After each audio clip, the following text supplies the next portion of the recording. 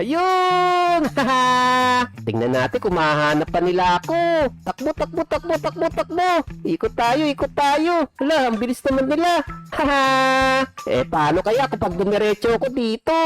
Uh-oh, nakita pa rin nila ako, guys. Hello guys! Kuya Tank nga pala, nagbabalik. At ngayon, andito na naman tayo sa Brookhaven. Napakarami daw bagong update ngayon dito. At syempre, aalamin din natin yung mga bagong sikreto. Pero bago tayo magsimula, pindutin mo muna yung like button dyan. Para alrights! So ang unang binago dito, etong police station. Tignan nyo guys, ibang-iba na yung itsura niya. So dito, makikita natin, bago na yung pinaka-flooring niya. Mukhang nagpalit sila ng tiles ngayon Dito naman, makikita natin dito, bago na rin yung mga computer screens nila. Related na talaga sa trabaho ng mga police. So dito sa room ng police ng chief, wala naman halos na bago. Halos parehas lang. So nandito pa rin yung mga baril. Dito sa interrogation area, same na same din. Tingnan naman natin dito sa labas. Uy, tingnan nyo guys Parang mas gumanda na yata yung basketball court dito Kaso bakit ganito? Wala naman siyang net. Try natin mag-shoot. Kapag na-shoot ko to pindutin nyo yung like button. 1, 2, 3, go! Ayun! Na-shoot natin! Kayo guys, nakapaglaro na rin ba kayo ng basketball? Comment nyo nga dyan sa comment section at babasahin ko yan. Tara, dito naman tayo sa may second floor. Wow! Ang ganda dito guys! Bagay na bagay yung modern na tiles. Tapos, andito yung mga server ng computer. Saka tingnan nyo, bago na rin yung screen ng computer dito. At eto pang isa, nagdagdag pa sila dito ng meeting room. So may bago na tayong lugar na pwede tayong mag-RP. Lalo na kung mag-iimbestiga kayo. Andito yung mga kaibigan nyo. Kunyari, mga pulis din sila. So ang secret dito sa may police station, dito natin makikita sa mga kulungan. So para makapunta kayo sa secret dito, kailangan nyo lang makyat dito sa may bed. Tapos, talon kayo dito. O diba? Pwede na tayo tumakas dito. So gamit tong flashlight, makikita natin yung loob dito. Ayan kitang-kita na yung kapugian ko. Haha! So dito sa taas ng kulungan, meron secret dito guys. Dediretsuhin nyo lang to. Tapos, dito na tayo mapupunta. Haha! Tignan nyo guys meron ditong drawer. Saka ano to? May picture ng Nubitank. Tapos meron pa ditong stick Para saan kaya itong mga to? Mabuti pa umalis na tayo dito. Eto, dito tayo tumakas. Haha! Ang galing diba? Teka, parang bago yata itong puno na to So ang susunod na binago dito, etong hospital. Kakaiba na yung hospital dito. Automatic door na. Haha! Asensado na yung hospital. So, ganun pa rin dito yung waiting area. Pero eto, tingnan nyo guys bagong-bago na yung tiles dito. Teka, ano yun? Bakit butas yung bagong hospital? Tingnan nyo guys gumanda na rin tong emergency area. Dito kaya, ano kaya nabago dito sa x-ray machine? Baka may secret dito. Nakatulog na yata ako. Haha! Uy, tingnan nyo. May iba't ibang klase na dito ng x-ray. Tingnan nyo guys bago na rin yung mga kortina dito. Mukhang nilabhan na nila yung dati Haha! Yung loob kaya, bago din? Uh-oh! Mukhang halos same pa rin nung dati. Pwede pa rin natin buksan yung kortina. At pwede rin natin isara. Dito kaya sa may surgery. Wow! In-update na rin nila. Hindi na masyadong malawak katulad dati. Saka tingnan nyo to. Yung salamin ngayon, dito na. Alam ko dati dito yung salamin May mga pindutan na rin ditong bago. Kaso, hindi naman natin napipindot.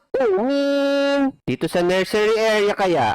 Naku, wala naman na bago dito. Ganun pa rin yung itsura ng mga baby Nakangiti. Haha! Tulog na, baby. Mabait na baby. Plus, nawala yung baby. Takbo! So, ang secret naman dito sa may hospital, dito natin makikita sa may x-ray room. Tignan nyo kapag dumiretso tayo dito, boom! Haha! Astig! Napunta tayo dito sa bagong secret room. At hindi lang yan guys, may tinatago pa tong hospital na to. Tingnan nyo tong table na to guys. Kapag tinapat natin dito, hindi siya pwede maklik, diba? Pero kapag dito sa blank na papel, pwede siya i-click. So ang gagawin natin, i-click-click lang natin to. Tapos kailangan nyo lumabas dito sa hospital. And then, kuha kayo ng sasakyan. So, ang pupuntahan natin dito, etong kulay pulang bahay na yan. So, kailangan nyo lang umakyat dito. Tapos, tingnan nyo yung mga poste dito. Halos pare-pareha silang tatlo, diba? Pero itong isang to, kakaiba. Kasi may button siya dito.